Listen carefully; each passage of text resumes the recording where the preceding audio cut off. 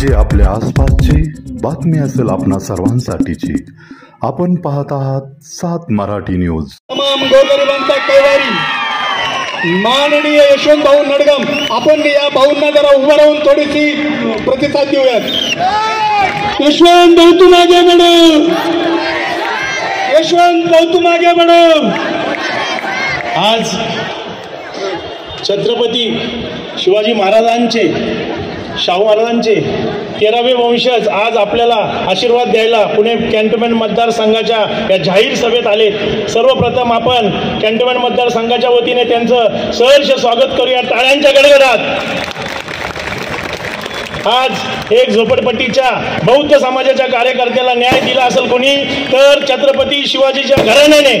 तर छत्रपती शिवाजी महाराजांचा, छत्रपती शाहू महाराजांचा, परमपूज्य बोधिसत्व डॉक्टर बाबासाहेब आंबेडकरांचा।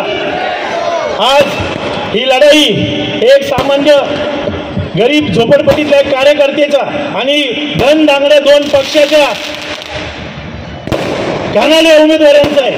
कारण पैशाचा माज आलेले आणि समाजामध्ये तेढ निर्माण करणारे, वेळोवेळी गोरगरिबांची पिळवणूक करणारे, मताचा जोगवा फक्त ज्या वेळेस इलेक्शन येतं पावसातले आलेले बेडकासारखं इलेक्शन आलं की येऊन मताचा जोगवा घेण्यासाठी आपल्या सगळ्या जनताला ते लोक असे समजतात की 2 पैसे किंवा 2 थोडंसं काय मटण थोडं दारू फेकली की मताचा जोगवा त्यांना भेटणार आणि ते परत निवडून येणार, परत 5 वर्ष तुम्हाला तोंड दाखवणार नाहीत। आज खरं सांगा बघू, मी ज्या ज्या झोपडपट्टीत गेलो, ज्या ज्या गल्ली ज्या ज्या बोळ्यात गेलो, एक तरी झोपडपट्टी या 30 वर्षात या ज्या आधीचा आमदार आणि आताचा आमदार यांनी कधीतरी सुधारणा केली का?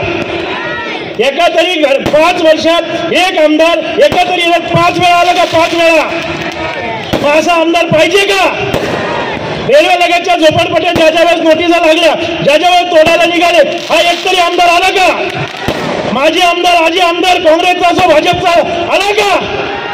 हा पॅन्थर, हा छत्रपती संभाजी महाराजांचा पॅन्थर, नामदेव दादा ढसांचा पॅन्थर, डॉक्टर बाबासाहेब आंबेडकरांचा विचाराचा कार्यकर्ता नेहमी आला की नाही? कोरोनाच्या काळामध्ये अहोरात्र सगळी माझी टीम घेऊन तुमची सेवा केली का नाही? ज्या ज्या वेळेस अन्याय झाला, अत्याचार झाला, वाचा फोडली की नाही? अरे अशा कार्यकर्त्याला ज्यावेळेस तुम्ही विधानसभेत पाठवाल, छत्रपती शिवाजी महाराजांचा, संभाजी महाराजांचा, बाबासाहेबांचा आशीर्वाद मिळेल।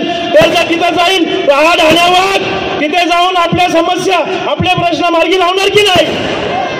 अरे ही जनता, हीच मायबाप आहे, उद्याचा इतिहास घडवणार। किती पैशाचा पाऊस पडतो 2 दिवसात, 20 तारखेला सकाळी 7 वाजता उठायचं, आपल्या सगळ्या नात्या गोत्यांना एकत्र करायचा आणि एकच नारा द्यायचा, फक्त पुणे कॅन्टोन्मेंटला फक्त भाऊ यशवंत भाऊ नडगम। आपला चिन्ह आहे बाबासाहेबाच्या पेनेचं नीट, सप्तकिरणांचं पेनाचं नीट। सर्वांना सांगायचं आणि मला जसं मदत करणार आहे तसं महाराष्ट्रातलं संभाजी महाराजांनी ज्यांच्या विश्वास ठेवले, महाराजांच्या सर्व उमेदवाराला जेवढी पॅन्थरची ताकद आहे, घरोघरी घुसून, घरोघरी प्रार्थना करून, घरोघरी त्यांना सगळं विनंती करून, जिथं जिथं पेनाची नीप आहे तिथं पेनाची नीप बटन दाबून सर्व महाराजांच्या 40च्या 40 उमेदवाराला बहुमत निवडून आणायचं आहे। पहिला कॅन्टोन्मेंटचा आमदार म्हणून, महाराजांचा आमदार म्हणून विधान भवनात पाठवायचं की नाही पाठवायचं ही माझी मायबाप जनता ठरवेल। पाठवणार की नाही? अरे आवाजच येत नाही, मला इथंच वाटतंय नाही पाठवणार की नाही? अरे झोपडपट्टीचं संरक्षण झालं पाहिजे की नाही? अरे दोन्ही माझे पाय जळाले तरी मी तुमच्या समोर तुम्ही बघितलंय व्हीलचेअरवर झोपडपट्ट्या वाचवल्या रे। जरा ते आवाज येऊ द्या, मला विधानसभेत पाठवणार की नाही? मला हाच विश्वास आहे, म्हणून या विश्वासावर मी रोज जातो, रोज जिथं जातो। अहो या आमदारांनी 5 वर्षात साधं बाथरूम नाही बांधू शकले, 5 वर्षात एका घराचं वरचं पत्रा नाही बदलू शकला, 5 वर्षात रोडची समस्या नाही बदलू शकली। आज मी 3 वर्ष 8 महिन्यांच्या मुलीवर अत्याचार होतो, हा आमदार घरात मूळ गिरून बसतो किंवा कुठं दिल्ली, कुठं मुंबई, कुठल्या देवाला जातो। ज्या वेळेस सांगितलं 6 डिसेंबर आहे, तू मागासवर्गीय आमदार आहे, बाबासाहेबांची पुण्यतिथी आहे, महापरिनिर्वाण दिन आहे, 10/10चा प्लेस कधी लावला का? अरे आंबेडकर जयंतीला 13 तारखेला 14 तारखेला हार तरी घालायला आले काय लोक? अरे 10/10चा फ्लेक्स आहे का अण्णाभाऊ साठे जयंतीला? अरे छत्रपती शिवाजी महाराज जयंतीला तर 8/8चा तरी फ्लेक्स आहे का? अरे माता समाई माता सावित्रीबाई फुले, तुम्ही मला सांगा सावित्रीबाई फुलेंनी आपल्या सगळ्या माता भगिनींना तुम्हीच सांगा शिक्षणाची दार उघडे करून दिले. यांनी कधी माता सावित्रीबाई फुलेंची जयंती केली का? अरे अशा आमदार निवडून द्यायचं का? 12 महिने ख्रिश्चन असो, मुस्लिम असो, हिंदू असो, कुठलाही असो दे, माझा मातंग समाज असो, माझा तेलुगू समाज असो, माझा ख्रिश्चन समाज असो, माझा बौद्ध समाज असो, माझा तेली समाज असो, माझा पंजाबी समाज असो, मल्याळी केरळ समाज असो, एक तरी माझ्यापासून एक तरी सण राहिला का? कुठल्या तरी समाजावरती कधीतरी म्हणजे कुठल्याही समाजाला अन्याय झाला तर सर्वात प्रथम मोर्चा काढणारा मी आहे की नाही?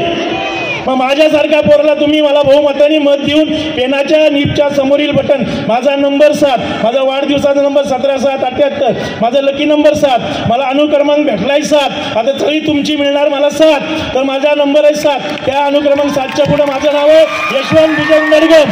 माझ्या समोरचं बटन आहे पेनाची नीप. बाबासाहेबांनी पेनाने क्रांती केली का नाही? संविधान लिहिलं की नाही? तुम्ही आम्हाला एक केलं की नाही? छत्रपती शिवाजी महाराजांनी तलवारीच्या नोकवर हक्क लोकशाही हक्क स्वराज्य निर्माण केलं की नाही? रयतेचं राज्य केलं की नाही? त्याच 13व्या वंशांनी आज माझ्यासारख्या झोपडपट्टीच्या कार्यकर्त्याला घेऊन या काँग्रेस भाजपनी 30 वर्षात बौद्ध समाजाला दिलं का कधी तिकीट? दिलं की नाही राजांनी? मग याला न्याय मिळणार की नाही? आपल्यामध्ये भांडणं, आपल्यामध्ये वादविवाद काही असू दे, फक्त माझ्याकडे काय चुकलं असेल हात जोडून माफी मागतो. 20 तारखेनंतर आयुष्यभर तुमची सेवा सदैव आता करत आलो, आणखीन करेन. फक्त 20 तारखेला बहुमताने पेनाची नीप दाबून मला निवडून द्या आणि मग माझ्या कामाची पद्धत. जर झोपडपट्टीतल्या विद्यार्थ्यांचं शिक्षण नाही फ्री केलं परत उभा राहणार नाही, राजांच्या नाव घेणार नाही. झोपडपट्टीतल्या सगळं लोकांच्या लाईट बिल माफ नाही करू शकलो, त्यांना नाही फ्री करू शकलो तरी तुमच्याकडे परत येणार नाही. जेवढ्यांना आरोग्याची सेवा आज तुम्ही बघत असाल, आरोग्य सेवा प्रत्येक झोपडपट्टीमध्ये मोहल्ला हॉस्पिटल खोलून त्या आरोग्याच्या सेवा मोफत देऊन तुम्हाला सर्वांना न्याय देणार. जर हे नाही करू शकलो पुन्हा तुमच्या समोर येणार नाही. एवढंच नव्हे तर माझ्या महिलांना स्वतःचा स्वयंरोजगार निर्माण करण्यासाठी प्रत्येक झोपडपट्टीमध्ये महिलांसाठी मुलींसाठी प्रशिक्षण केंद्र फक्त उभारणार नाही, त्यांना शिकवून त्यांच्याकडनं बाहेरून ऑर्डर आणून त्यांच्याकडे बनवून त्यांच्याच मुलांकडनं विकून त्यांच्या घरीमध्ये 2 पैसे कसे जातील तेही मी करून दाखवणार. एवढ्यावर शान नाही बसणार का? तर पॅन्थर आहे. मला माझ्या लहान मुलामुलींची बी काळजी आहे.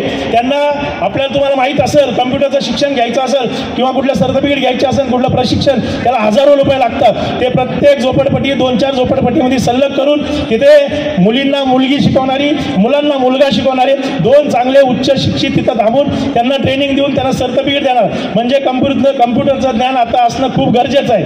ह्या सर्व गोष्टी करणार आहे. जास्त वेळ घेत नाही, राजांना पुढे जायचंय. मी परत एकदा विनंती करतो, 7 नंबर क्रमांक पेनाच्या नीपच्या समोरील बटन दाबून मला बहुसंख्य मतांनी निवडून द्या. सप्रेम जय भीम, जय महाराष्ट्र. धन्यवाद भाऊ. 100% भाऊ आपण निवडून येणार आहात. आणि भाऊ निवडून आल्यानंतर, कारण महाराजांचा आशीर्वाद तुम्हाला आहेत. ज्या महाराष्ट्रामध्ये ज्या कार्यकर्त्यांना महाराजांचे आशीर्वाद भेटले तो तमाम सगळेच कार्यकर्ते निवडून येणार आहेत. आणि लक्षात ठेवा भाऊ, विधानसभेमध्ये जे आमदार निवास आहे त्या आमदार निवासाचाही नंबर तुम्हाला 7 नंबरची खोली भेटणार. याची शाश्वती देण्यासाठी ही सभा आहे. आणि यानंतर काही पक्षप्रवेश होणार आहेत आणि महाराजांच्या हस्ते, महाराजांच्या मार्गदर्शनाच्या पूर्वी या ठिकाणी आपल्या जाहीरनाम्याचंही प्रकाशन या ठिकाणी केलं जाणार आहे. चॅनलवर नवीन असाल तर सबस्क्राईब करा, लाईक आणि लिंक शेअर करायला विसरू नका. घटना जी आपल्या आसपासची बातमी असेल आपणा सर्वांसाठीची, आपला चॅनल आपली बातमी 7 मराठी न्यूज.